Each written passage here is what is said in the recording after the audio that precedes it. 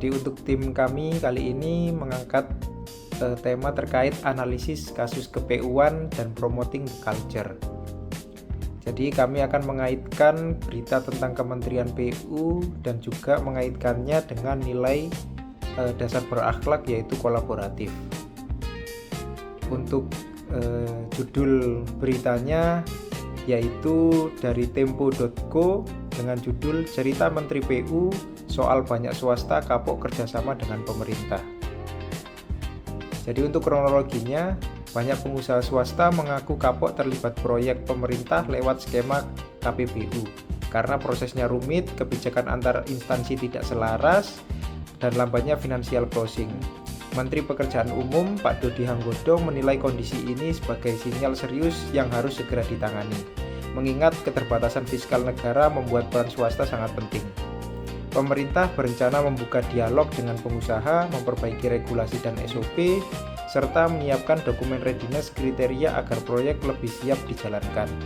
Contoh nyata sendiri adalah proyek di IKN yang meski aturan sudah dipermudah namun selama lebih dari 2 tahun belum berjalan dengan lancar.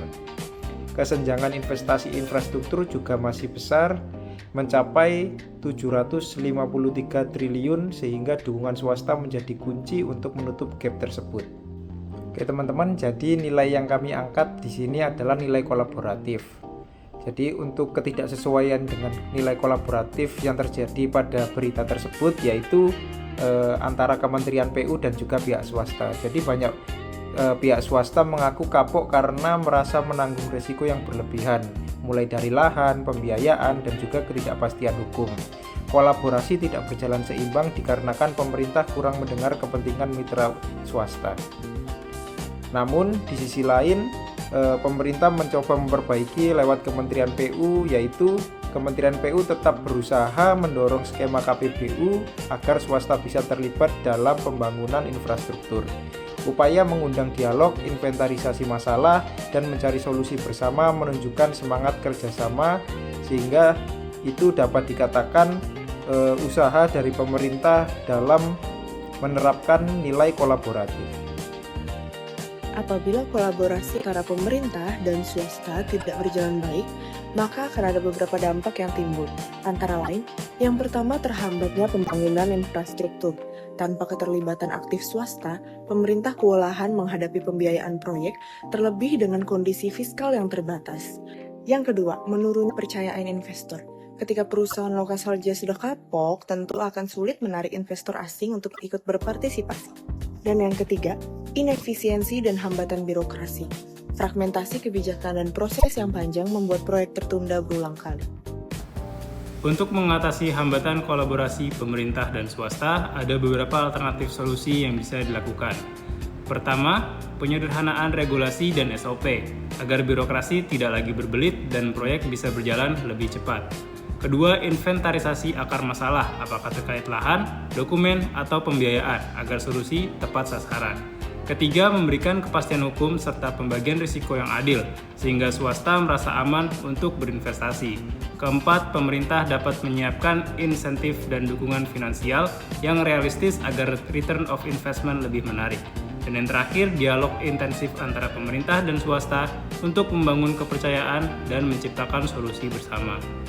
Dengan menjalankan kelima langkah ini secara konsisten, kolaborasi akan semakin kuat dan pembangunan infrastruktur bisa berkelanjutan. Kali ini saya akan menjelaskan mengenai 5 alternatif solusi strategis yang dapat mempercepat pelaksanaan proyek, khususnya dalam kerjasama antara pemerintah dan swasta. Yang pertama adalah penyederhanaan regulasi dan standar operasional prosedur. Dengan menyederhanakan regulasi dan standar operasional prosedur, proses administrasi menjadi lebih efisien. Hasilnya, financial closing bisa lebih cepat, kemudian juga proyek pun bisa segera berjalan. Yang kedua adalah inventarisasi akar masalah. Langkah ini bertujuan untuk mengidentifikasi secara sistematis hambatan-hambatan utama yang menghambat kelancaran suatu proyek. Misalnya terdapat masalah lahan seperti status kepemilikan lahan yang belum jelas, ataupun adanya konflik penggunaan lahan.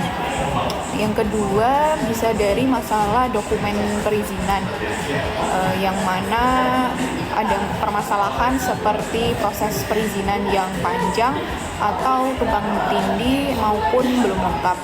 Yang ketiga bisa juga terkait permasalahan pembiayaan, yaitu misalnya seperti kesulitan dalam mendapatkan pendanaan atau skema pembiayaan yang belum optimal. Dengan melakukan inventarisasi ini, kita dapat menyusun strategi mitigasi yang lebih terarah dan lebih efektif, sehingga proyek yang kita lakukan nanti bisa berjalan lebih lancar. Yang ketiga adalah kepastian hukum dan alokasi risiko yang adil. Dengan memberikan kepastian hukum dan pembagian risiko yang adil akan meningkatkan rasa aman bagi pihak swasta, sehingga menurunkan ketakutan terhadap risiko hukum dan mendorong partisipasi yang lebih besar.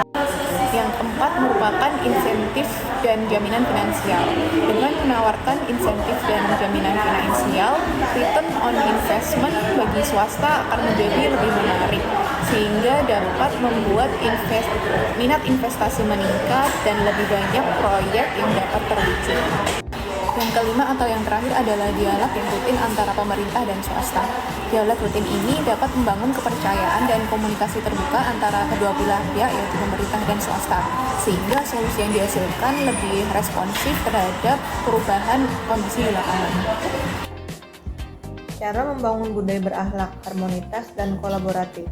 Untuk menumbuhkan ekosistem kolaboratif yang sehat antara pemerintah dan swasta, perlu langkah-langkah berikut. 1. Transparansi penuh. Publikasikan tahap-tahap proses pengadaan dan regulasi secara terbuka agar semua pihak memahami prosedur. 2. Pendekatan win-win. Fokus pada hasil bersama, infrastruktur dibangun, dan swasta juga mendapatkan manfaat yang adil. 3. Stabilitas dan kejelasan kebijakan. Hindari perubahan regulasi mendadak, pastikan aturan tetap konsisten dan mudah dipahami. 4. Pelibatan sejak tahap awal. Libatkan swasta sejak penyusunan desain proyek atau regulasi agar mereka merasa didengarkan. 5. Penyediaan jaminan dan perlindungan hukum. Tawarkan asuransi proyek, garansi, pengembalian modal, atau bentuk keamanan lain agar swasta tak ragu berinvestasi. 6. Evaluasi dan akuntabilitas terbuka. Buat mekanisme peninjauan berkala atas proyek kolaboratif agar evaluasi berjalan objektif dan transparan. 7. Penguatan integritas dalam pelaksanaan. Pastikan semua pihak memegang nilai akuntabel dan bertanggung jawab. Hindari celah korupsi atau inefisiensi. 8. Bangun komunikasi dua arah. Forum atau pertemuan reguler antara pemerintah dan asosiasi swasta untuk membahas masalah dan solusi secara langsung menciptakan rasa saling pengertian. Ketika nilai kolaboratif tidak diterapkan, proyek infrastruktur terhambat, baik secara finansial maupun reputasional.